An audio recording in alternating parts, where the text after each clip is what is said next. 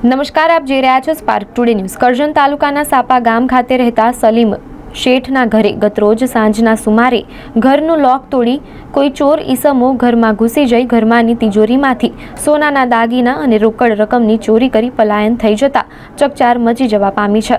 સલીમભાઈ ઘરને તાળું મારી ચાવી દાદર પાસે ભરાવી પોતાના પશુઓને પાણી પીવડાવવા ગયા હતા, ત્યારે કોઈ જાણભેદુ આવીને ચોરી કરી ગયો હોવાની શંકા હાલ સેવાઈ રહી છે।